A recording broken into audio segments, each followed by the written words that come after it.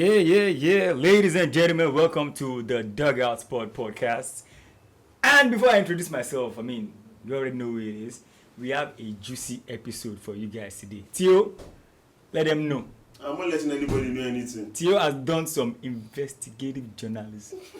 Why are you making He's it sound? brought the scoop in. Why are you making it sound like see, I've not been bringing in the scoop all along? No, but this one is juicy because it has to do with my sports. It's basketball.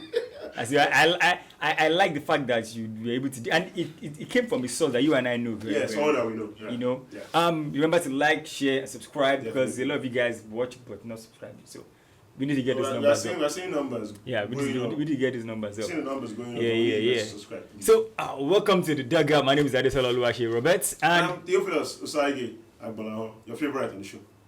my guy, Baby Debe. All right, so you know what? First of all, Tola. First of all, before we get into the juicy news, Yeah.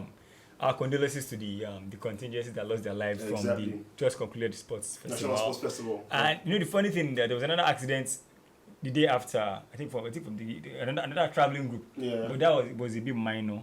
But Yeah, the one but from the one you're talking about is one from Kano. Kano, as in, they said everybody died. That's what I heard, There bro. were about 31 of them in that bus. And as at the time of counting, as at my last report, about 22 have been confirmed dead. Damn. And I'm sorry, I'm yet to confirm this, but I heard that the state governor gave each family ₦1 million. Now, I'm not saying that's what their lives are worth, but imagine if you had used ₦1 million to fly each person to and from the festival. And not have them travel by road. Now, I'm not saying that these things don't happen because from my understanding as well, they were literally hours away from Kano, all the way from Abeokuta, trying to get. You are literally at home. Yeah. You are home already. For those of you that know what our geography here in Nigeria looks like, but it's sad news coming out of Kano State. We just hope that the souls of the dearly departed rest in peace and their family just get the fortitude. And still on. I don't know, a lot of tragedy this year. A lot of young people dying. Just so I think it was yesterday, the coach Tupac. Yeah. I mean, for those of you who follow basketball very well, especially in Lagos, Tupac is fair enough. Everybody knows her as Tupac. Yeah. The first time I saw, this is Tupac. She passed away from news I saw on Facebook everywhere. She passed away. Was it 2 days ago or was it yesterday? Food poisoning. That's the we gist. heard, But I didn't even know what kind of food poisoning is. It's like, this is Nigeria. When you hear stuff like that. A lot of people don't know that they have underlying ailments, and Exactly. you consume one wrong thing and it triggers you. Still, not as negative, but still bad news coming out of Nigerian basketball. So I was just scrolling on the streets of Facebook. The street I barely walk on because we chill on the higher echelons. I read those tweets. We're on X, we're on Instagram, and these days the banana island on TikTok. But I decided to come back to my roots in Ajegunle or Lojelegba. That's Facebook, and then we saw this off on a mutual friend, or he's our friend anyway, a senior colleague in the industry, talking about Uni Garanto. He was talking about. Some issues that have sprung their ugly head. I think you might just want to read some. Yeah. Some stuff and now everything we are saying here, we got off Oni's speech. Oni is a source that a lot of us trust, so we know that this looks legit. And apart from that, he actually even posted everything on his account, and that's why I like the guy. He doesn't mince words. He just throws it out there, and you will see it on the screen. And we'll also drop a link for you that you can visit and then confirm this news for yourself. Basically, he started off by saying, beyond the fact that domestic basketball has been grinding to a halt in Nigeria, corruption seems to be at the center of basketball administration in Nigeria. Now, in 2024, Oluyole Warriors of Ibadan protested against Delta Force for using unclear players in the Nigerian Basketball League organized by the Nigerian Basketball Federation. Please note, Oluyole Warriors are a basketball team in Nigeria. They protested against Delta Force, another team in the league, because the said team used players that were uncleared to contest in a competition organized by the Nigerian Basketball Federation, which is the highest body regulating basketball in Nigeria. The management of Oluyole Warriors reported to the match commissioner, who directed them to put it in writing in line with the rules of the game. On submission of said letter, they were asked to pay a sum of 500,000 naira as protest fee. That's about $350 Yeah, but if I'm not, No, I think it's up to anymore. But it should be I about digress. like $300 there, about like $250 or $300. And this is happening in the league where teams don't collect up to ₦5 million as subsidy. On approaching the then Secretary General of the NBBF, Peter Njoku, note that name, comes in later. He directed that the protest fee be paid into his personal account. They were surprised that the secretary provided his own personal account for official matters. They went ahead to make this payment. The appeal was heard, and they won. Okay, you know what? So, because you don't want to read everything. No, I'm not reading everything. This is where it gets juicy, and this is where we're opening up the conversation. Okay. What happens when you win an appeal? Your funds are returned because you have won the appeal. That's the protest fee. Protest fee. Yeah.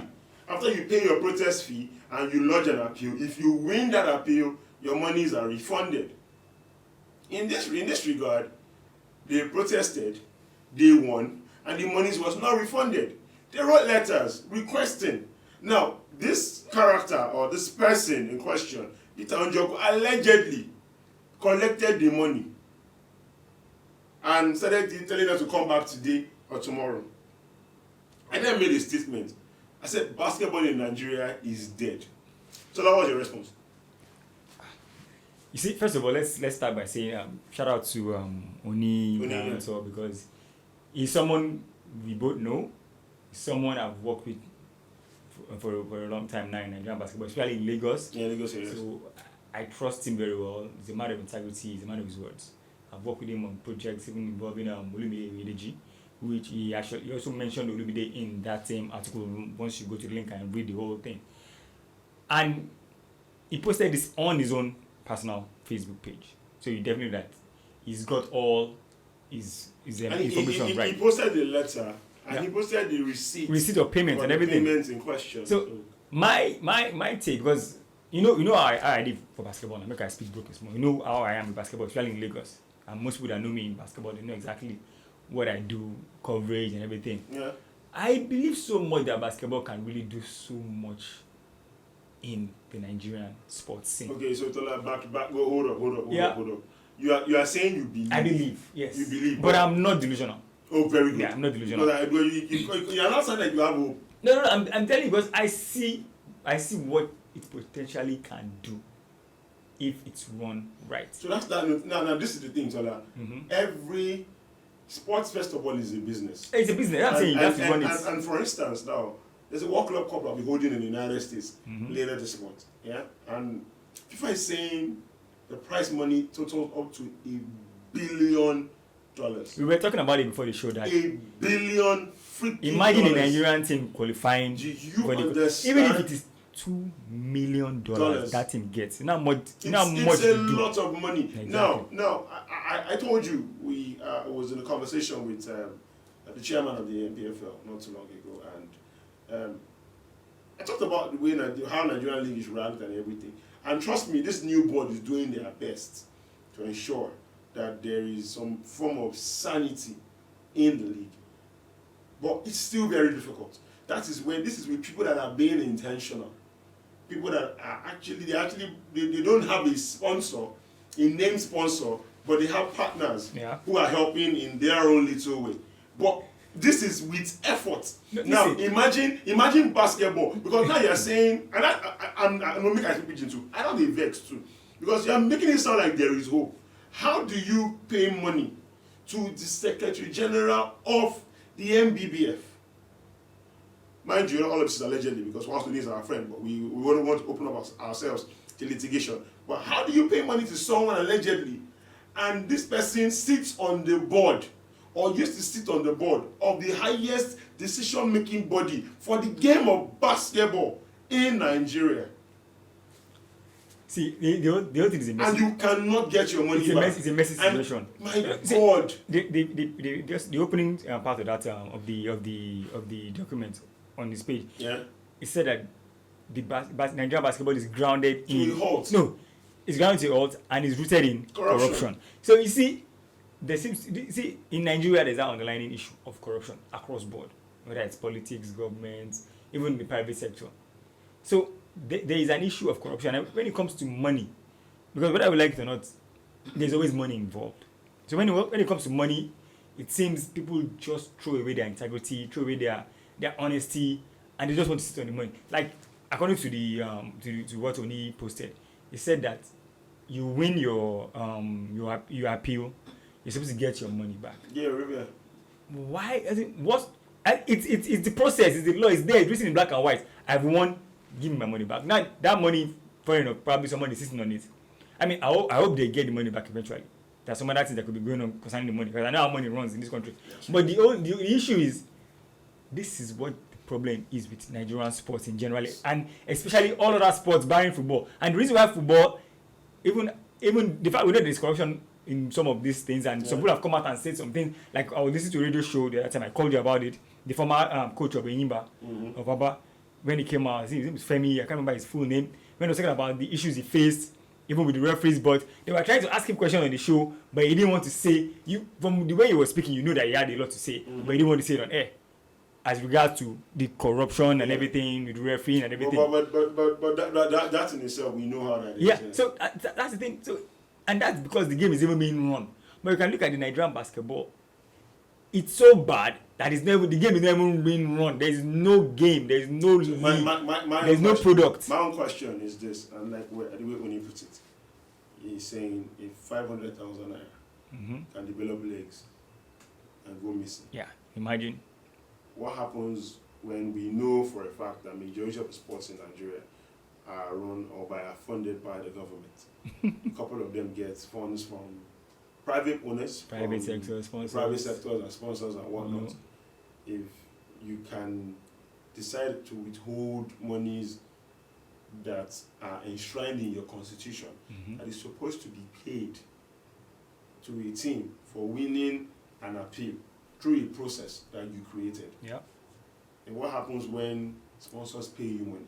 What happens when 500K turns to 5 million, turns to 50 million, 100 million or $1 million or whatnot? What happens when you get all of these monies that are meant for these people and they are not? It begs a lot of questions. I'm going to put it out there. See, like a lot of this, we are close to a lot of this, the officials, even at the grassroots level. Yes. We are very close to a lot of them. We'll come out and say we are up there. And we hear a lot of stories. Yeah. My take on this is, a lot of them are telling us a lot of these stories, but I'm like, are you ready to come and say it? Because when you listen to some of their stories, you'll be like, are you for real? What's going on here? But they're telling you, but they're not going to come and tell it to the public so they can know. So I'm like, until you guys come out and say exactly what you're going through in this situation, then we can talk about it. But if you're just going to be saying it behind closed doors, there's nothing really anybody can do about it. But then again, you understand why people wouldn't want to talk. Because coming out to talk means you're opening up yourself to basically becoming a black sheep within the community. So people would rather keep quiet. Because we know how the country is. People have to feed, people have to take care of their families and whatnot. We're only saying a time will come when you have to speak up. A time will come when, regardless of whatever you're getting from however, you need to come up and say what's on your mind. It's not a function about, it's not about creating enemies or making enemies right now. It's about putting it out there, saying the truth. A whole generation of basketballers have gone through this process. And a lot of them, you come to the National Stadium, at Extreme Balogun Stadium, you meet them at different tournaments and competitions and whatnot, all in their 40s and 50s now, and they begin to tell you about how it was back in the past, and you realize that we are literally living in a very vicious loop. It's a vicious loop that just keeps repeating itself. This is big 2025. We cannot continue like this. Let us do things right. Children are coming. Let us leave a good example. Lay a solid foundation that can push them to heights unimaginable. Our boys and our girls should be among the best talents in the world right now. If only we had certain things put in place that will make them thrive. People are putting in effort. Let's not silence them. Let's not make them not come out and talk, because that's no way to go. That's really no way to go to that. Anyways, remember to hit that subscribe button, like and share the video. So on the final, just shut down this segment. I just believe we need the right people in the right positions to run sports. People like me. Well, I don't know. I never see you. I've only seen you run sports back when you were in school. But I mean, people like you. I mean, if you do any, I feel grab the workers now. I'm not putting myself out there, but when we were in school, remember, it was all fair. Like, you need to show a certain bit of grit. Before. You know, I remember, this is just little banter, but I'm sure you might watch this. SQ. You know, back then when we were in school, I remember, where's SQ playing? He wasn't scoring goals. He wasn't this, he wasn't doing that. Yes, he was my top 9. But SQ, from the attack, he can run for 90 minutes. He will press. He might not score like Olivier Giroud in the World Cup in 2018. But one thing is certain, yeah, he will disturb he was a nuisance up front. And we put the hard workers out there on the field. We knew everybody's strengths, we knew everybody's weaknesses. This is just an aside. But what we are saying in essence is we need to put the right people in the right places. If not, this cycle, will stop. Yeah, you know go stop. You know go stop at all. Yeah, well, like it was the last, you go waiting. We go do alright. You go do Everybody alright. will do alright. You go do alright.